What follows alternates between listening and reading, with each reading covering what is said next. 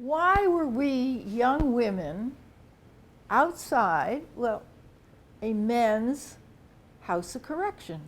Because our Upper New York State College's Community Service Program needed volunteers for the local county and county jails socialization program. It was for inmates that were ending their terms. And my bright idea of dances, I had a lot of trouble getting my classmates to sign up for this, even though I assured them, as I'd been told, that the inmates had all been carefully screened, they weren't allowed to make advances to us, and besides, there'd be guards. Guards. We were standing outside, clutching our flats, looking up at this floodlighted hulk of a granite building, when we were buzzed in to what was a holding area. It was huge. Inside the jail, it looked like a cage to me, but anyway, it had 2 stone walls, floor to ceiling, and then at the ends of this kind of box-like big space were grated gates. Again, ceiling to floor, and they were down. The social director of the jail hit a button, and one of the gates went up. Wow, wow, wow, wow, wow, wow, clunk. And I led the way into the gymnasium, which had a lot of windows, but they were way up high and barred. And then around the sides of the room were folded chairs and guards. Well, I chatted more with the director of the program, and I noticed over in the corner there was a record player. And my friends were just kind of chatting nervously to each other when we all stopped, because the gate that we had just walked under started to grind down.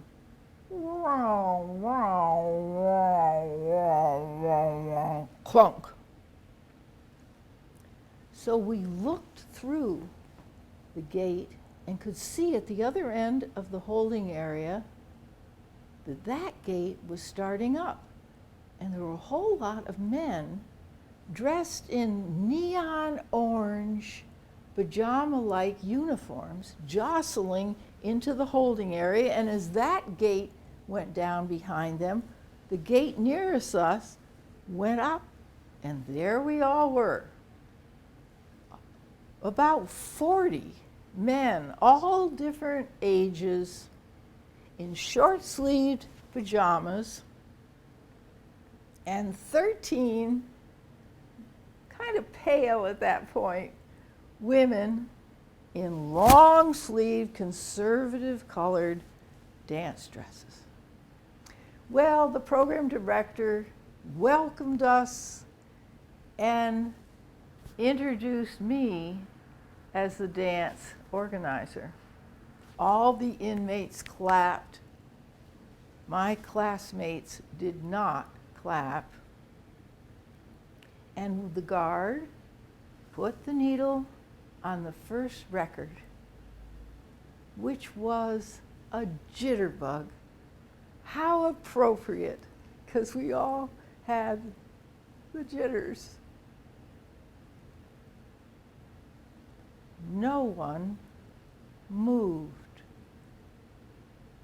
and all eyes turned to me. Well, it seemed like forever, till I finally bravely said to the man right near me, "Let's dance." But then the oddest thing happened. As he went to take my proffered hands, I couldn't move. My knees locked. I froze. Whoa. He was great. He took my hands and he just kind of eased me into a very slow jitterbug. And before I knew it, we were really moving out, and I looked around and all my classmates had partners and everybody was dancing. And we danced and we talked and we laughed and we just danced some more and danced some more. So at the end of the evening, everyone spontaneously clapped. And we went in other weeks, and we kept this going that winter, and it ended up to be a success. But you know, I have never encountered so vividly the mind-body connection, nor had such a humbling experience. And I've never had a better dance partner. Boston Marathon is Monday, and everybody is getting into it. Have you noticed all the runners? I witnessed a very short race, but delightful. The other day, it was kind of one of those raw spring days, and I was at an intersection in Cambridge. And across the street, there were two runners waiting for the traffic to move.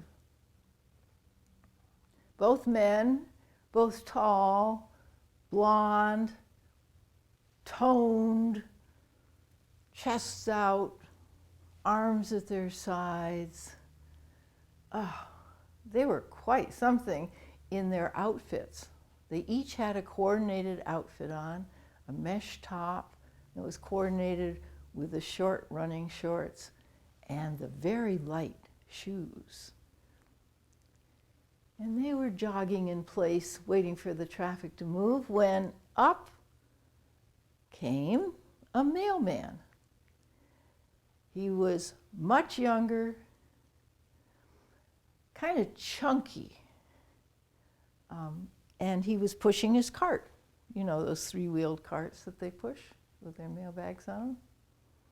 And he stood between the two runners at the curb. They were kind of moving in place, and he was kind of moving his cart in place.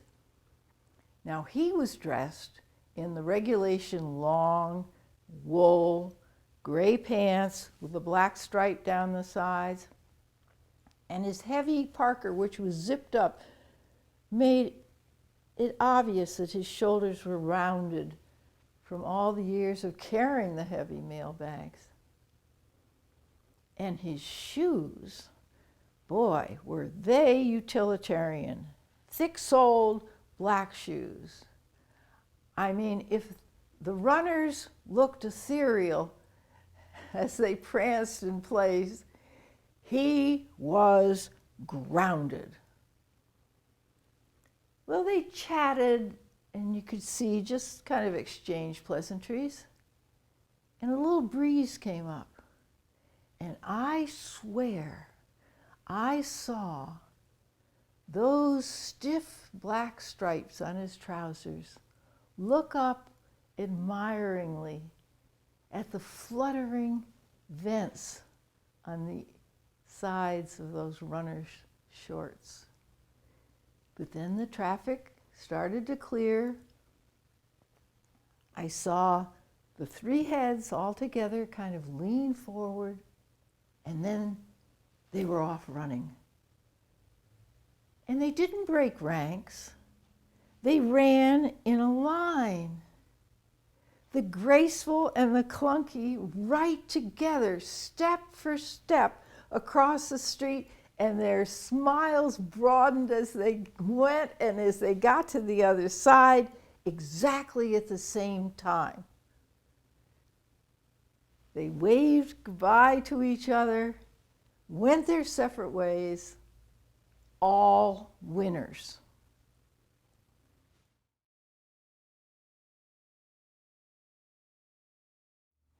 You've seen the daffodils.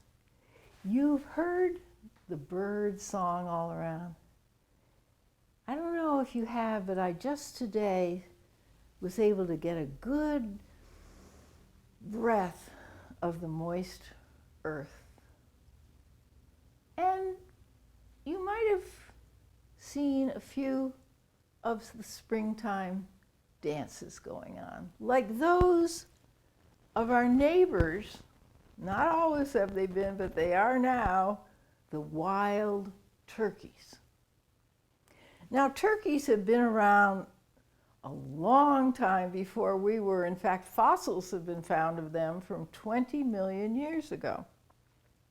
And don't they kind of look ancient? They are huge, first of all, and they've got that guinea fowl shaped body covered with large, almost like armor, feathers in different bands and different colors, almost iridescent in some ways. They certainly are large, and that's what came to mind to me when I was waiting in Arlington at Pleasant Street and where Concord Turnpike comes in there. And all of a sudden, out of the bushes came a rafter of turkeys. There were lots of them. And because they were on the sidewalk and I was in my car in the street, they were right at my level, and they kind of, well, they looked in my window. And then they started to cross in front of the traffic. Well, everybody waiting there honked their horns, and this kind of hokey pokey dance went on. You know, right foot off the curb into the street, we'd honk, right foot back, left foot off, honk, left foot back. I don't think they were totally aware of the real danger that they were in.